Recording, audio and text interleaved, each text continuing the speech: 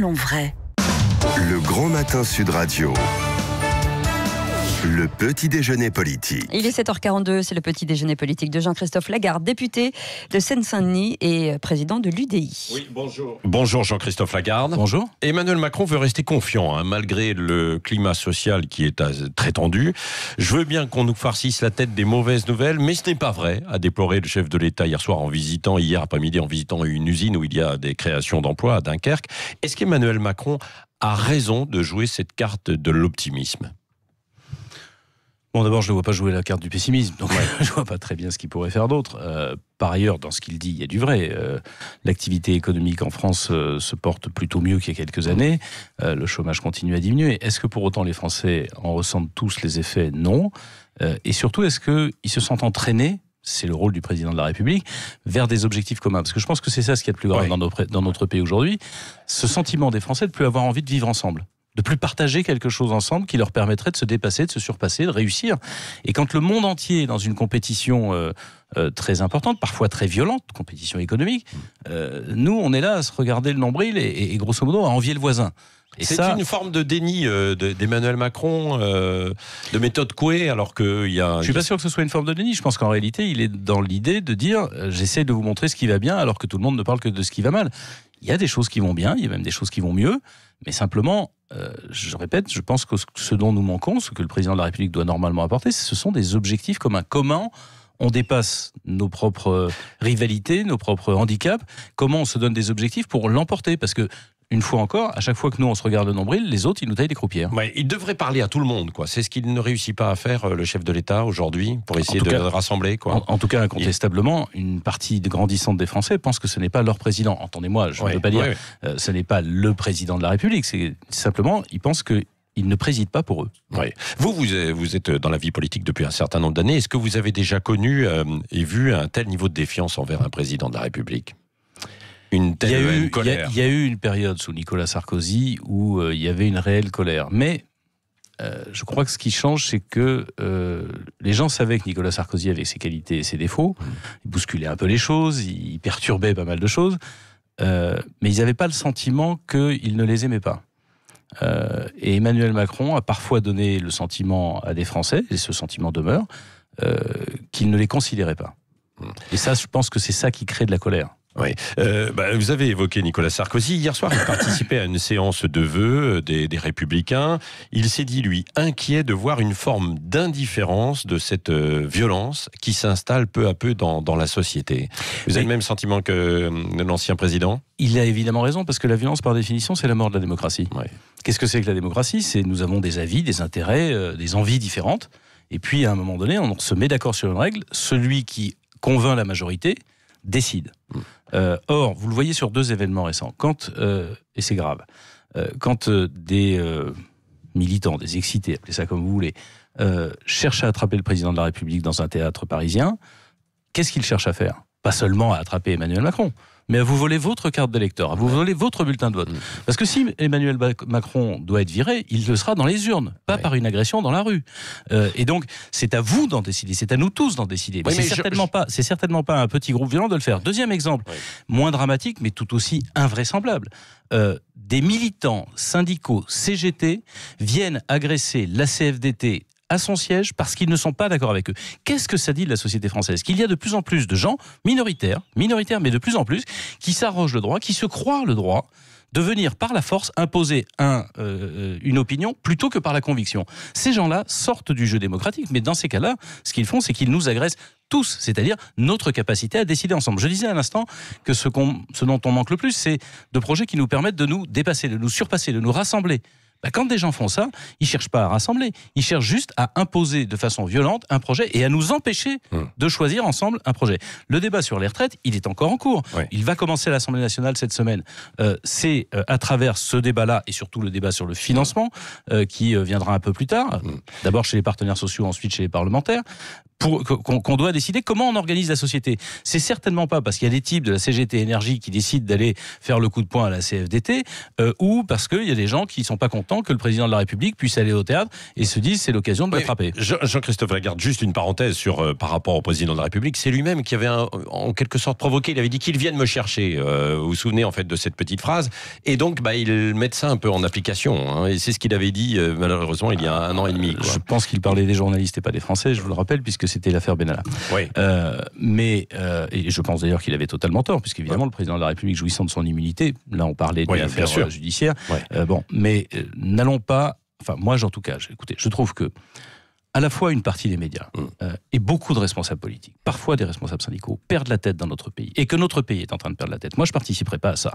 Alors c'est pas populaire, c'est pas touchy, c'est pas buzz, mais je ne participerai pas à ça. Je pense qu'on doit, et le président de la République, trouver les voies de proposer des projets qui rassemblent. Il y a des réformes parfois difficiles, la réforme des retraites en est une, où parfois il faut faire des choses peu populaires mais nécessaires, mais il y a aussi des choses à faire pour avancer ensemble. On a des défis invraisemblables en termes environnementaux, en termes économiques, en termes technologiques, en termes d'indépendance. On est en train de passer sous la coupe des États-Unis et de la Chine.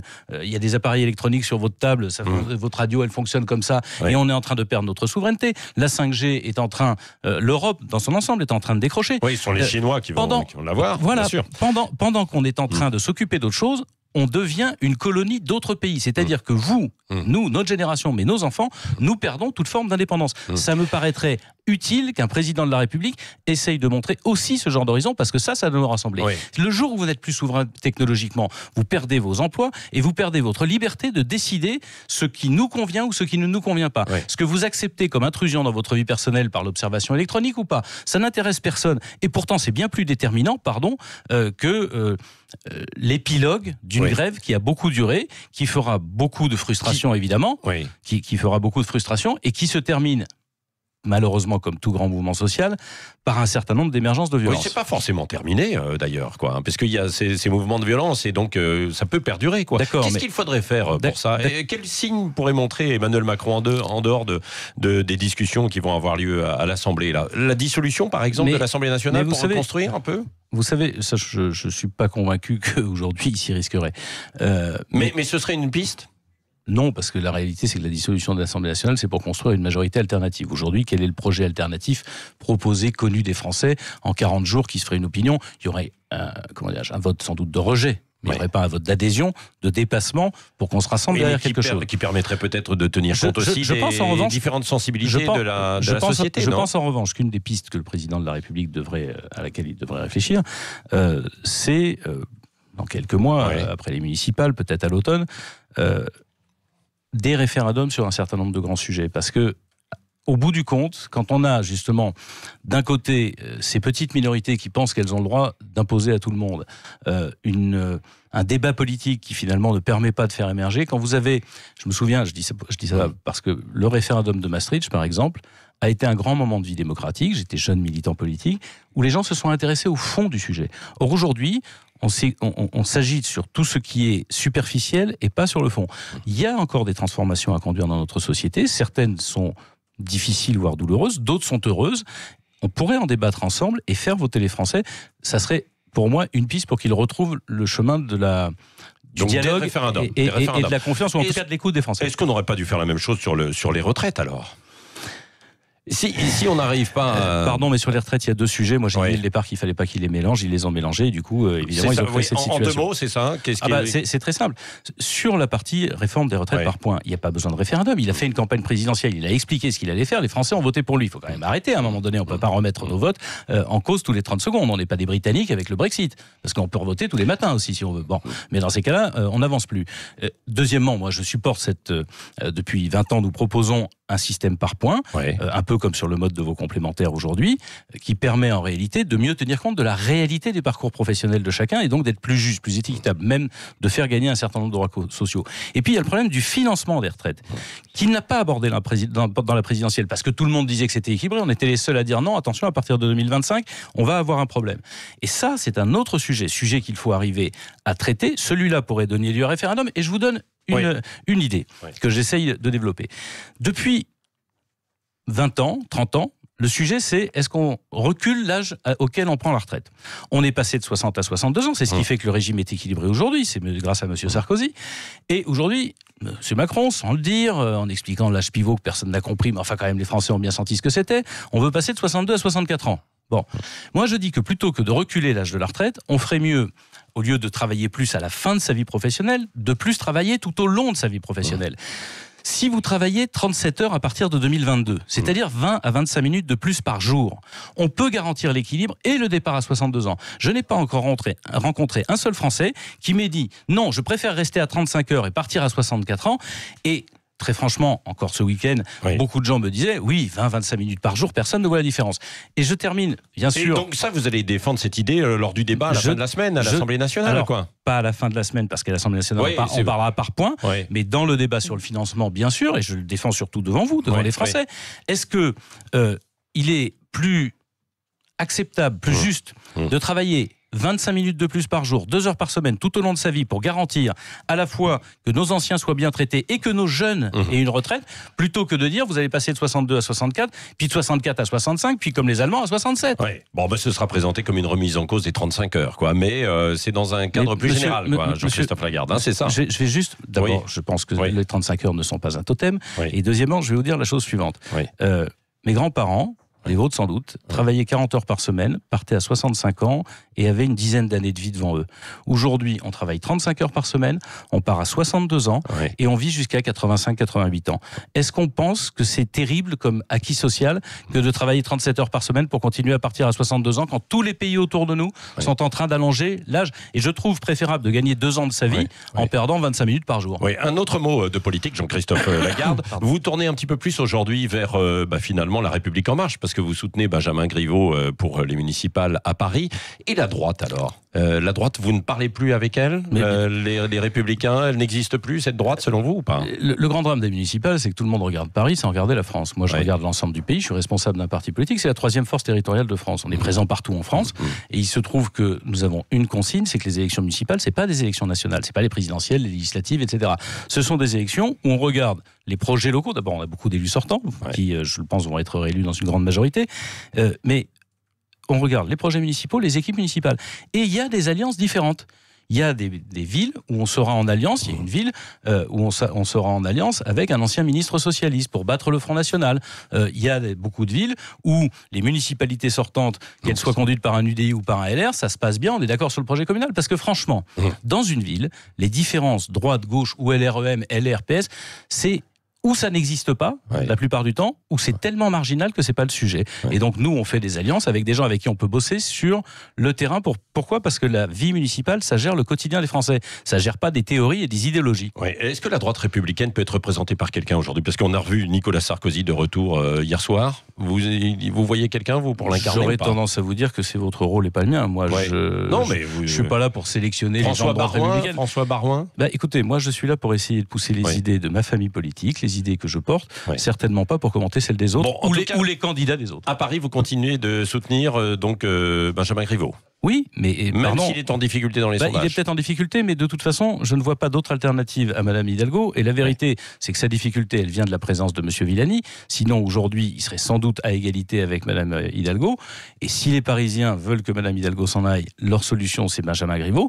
S'ils préfèrent s'égayer, s'éparpiller, s'ils préfèrent s'égayer, s'éparpiller, oui, mais quelle réserve de voix.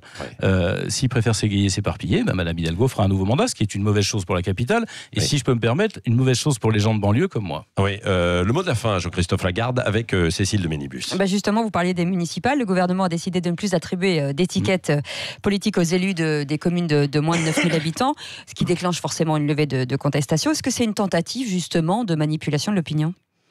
Il y a beaucoup d'agitation politicienne là-dedans. Je pense que les Français s'en foutent éperdument. À qui ça s'adresse, en fait ? Un peu à vous ? C'est-à-dire que le soir des élections municipales, vous allez, contraint par l'actualité, chercher à dire qui a gagné.